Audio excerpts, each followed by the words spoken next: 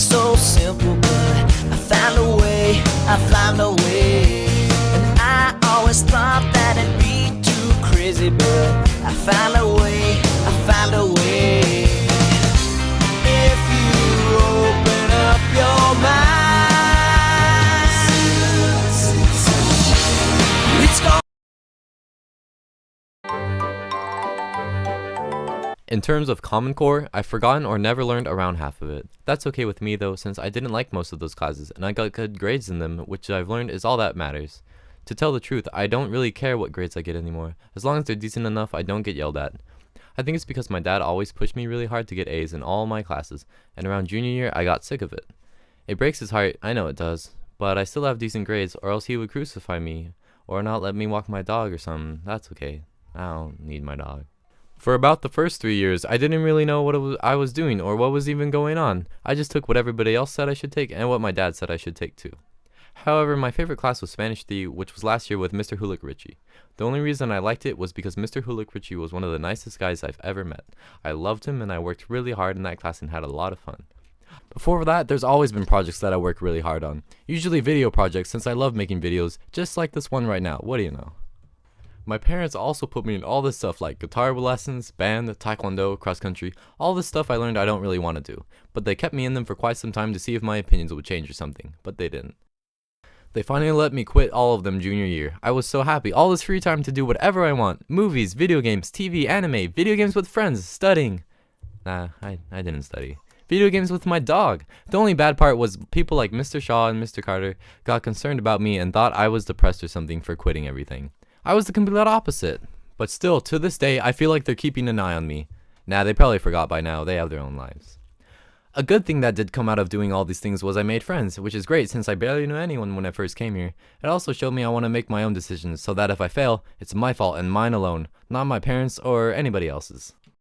Blessings don't come with extensions like hold up, wait. Mentally, I wouldn't say I've gotten smarter. I would say I'm more experienced because a lot happens in 4 years. Physically, I've changed since I used to be real short and scrawny with a squeaky high voice to seal up that hot package. Now my voice is deep and soothing, like a radio DJ or something. And I got tall. I'm so tall. I love being tall. Look, I have to bend down to get through that. I love doing that. The school also forced me to do sports like swim and track, which made me healthier and stronger. I used to just watch TV, anime, and play video games all day when I got home. And what do you know? I'm doing that now. What can I say? I have a great life. In psychology, I learned we like traits and characteristics that we have seen in our parents as we grew up. I've always seen my parents as emotional, silly people. When I was a kid, I bounced around the house until I hurt myself, and then I would start crying and my mom would start crying too. I don't cry too much anymore, since I've grown up, except for like the end of Godzilla. That had me bawling the first time. And I'm never serious unless it's something drastic like someone died or my headphones broke. I've also always seen my dad as a mighty man who could beat up anyone and throw me across the room if he wanted to.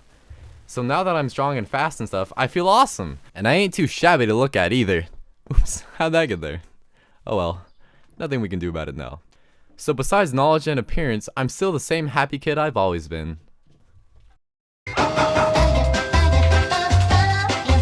Other people I've learned are all so nice.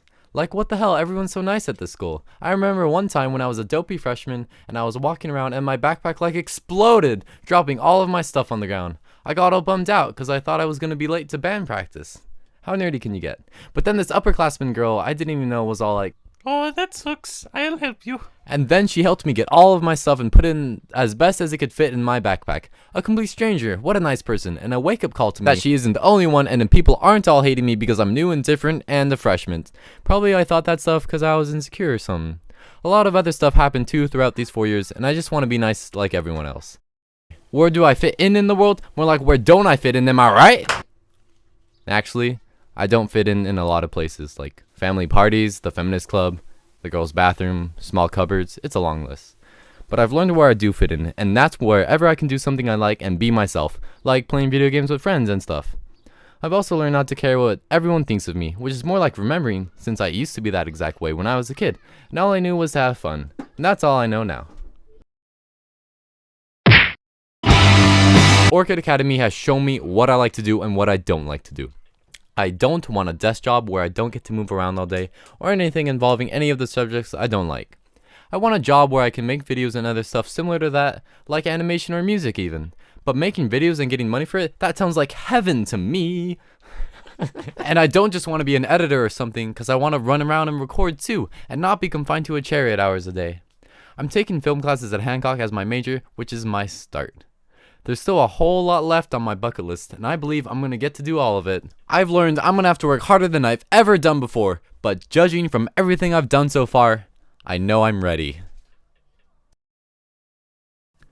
Oh my god, Gary Busey. It's just such an honor. I mean, seriously, who gets to meet Gary Busey? No one. This is fantastic. I love all your work. I love Predator 2, Dr. Dolittle 3. You were fantastic in all of your roles, and I just can't say anymore. But I do know that you're fantastic. You are great at what you do. Thank you very much. Because you got stuff out of me I didn't know how to give. Thank you so much, Gary Busey. You don't understand how much. Thank you so much. Bye, Gary Busey.